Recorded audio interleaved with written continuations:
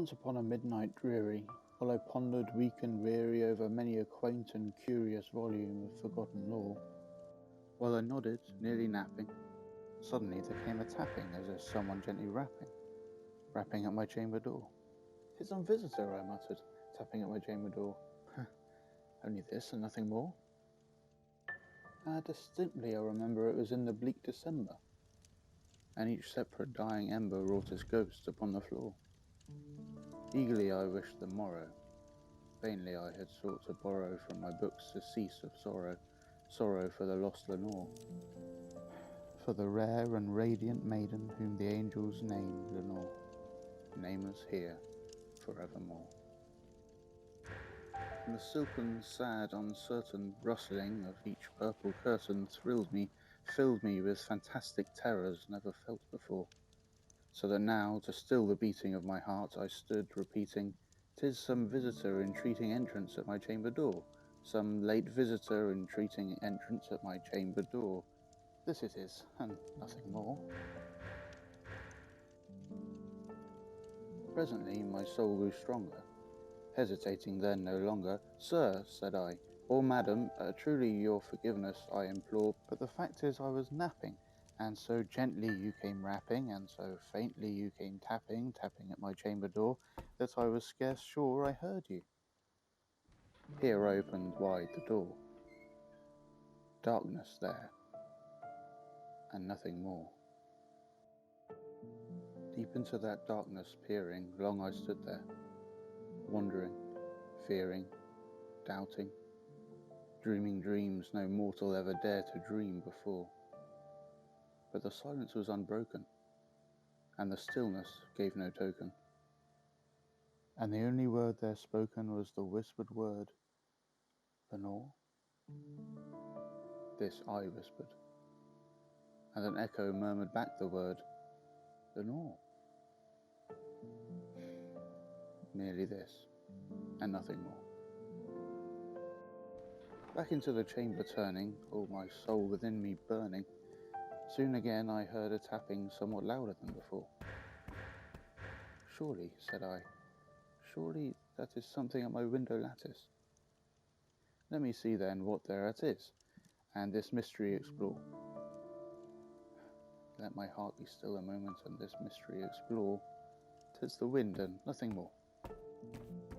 Open here I flung the shutter, when with many a flirt and flutter in there stepped a stately raven of the saintly days of yore. Not the least obeisance made he, not a minute stopped or stayed he, but with mien of lord or lady perched above my chamber door, perched upon a bust of Pallas just above my chamber door, perched and sat, and nothing more. Then this ebony bird, beguiling my sad fancy into smiling by the grave and stern decorum of the countenance it wore, "Though thy crest be shorn and shaven, thou," I said, "art sure no craven, ghastly, grim, and ancient raven wandering from the nightly shore. Tell me what thy lordly name is on the night's Plutonian shore." Quoth the raven, "Nevermore." Much I marvelled this ungainly fowl to hear discourse so plainly, though its answer little meaning, little relevancy bore. For we cannot help agreeing that no living human being ever yet was blessed with seeing a bird above his chamber door, bird or beast upon the sculptured bust above his chamber door, with such a name as Nevermore. But the raven, sitting lonely on the placid bust, spoke only that one word, as if his soul in that one word he did outpour. Nothing farther then he uttered, not a feather then he fluttered, till I scarcely more than muttered, "Other friends have flown before. On the morrow he will leave me as my hopes have flown before." Then the bird said, "Nevermore." Startled at the stillness broken by reply so aptly spoken, "Doubtless," said I, "what it utters is its only stock and store, caught from some unhappy master whom unmerciful disaster followed fast and followed faster, till his songs one burden bore, to the dirges of his hope that melancholy burden bore of never, nevermore." But the raven, still beguiling all my fancy into smiling, straight I wheeled a cushioned seat in front of bird and bust and door.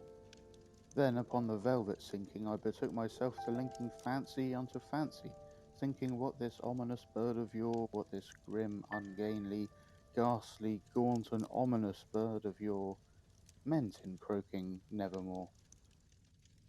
This I sat engaged in guessing, but no syllable expressing to the fowl whose fiery eyes now burned into my bosom's core. This and more I sat divining, with my head at ease reclining on the cushion's velvet lining that the lamplight gloated o'er, but whose velvet violet lining with the lamplight gloating o'er she shall press, nevermore. Then methought the air grew denser, perfumed from an unseen censer swung by seraphim whose footfalls tinkled on the tufted floor. Wretch, I cried, a god hath lent thee, by these angels he hath sent thee, respite and nepenthe from thy memories of Lenore. Quaff, oh quaff this kind nepenthe, and forget this lost Lenore. Quoth the raven, nevermore. Prophet, said I, thing of evil, prophet still if bird or devil, whether tempter sent or tempest tossed thee here ashore, desolate yet all undaunted, on this desert land enchanted, on this home by horror haunted. Tell me truly, I implore, is there balm in Gilead? Tell me, I implore. Quoth the raven, nevermore.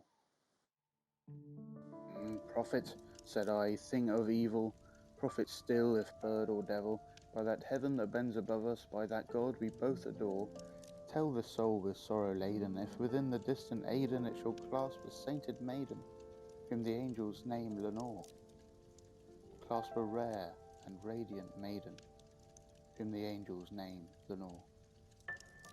Quoth the raven, nevermore.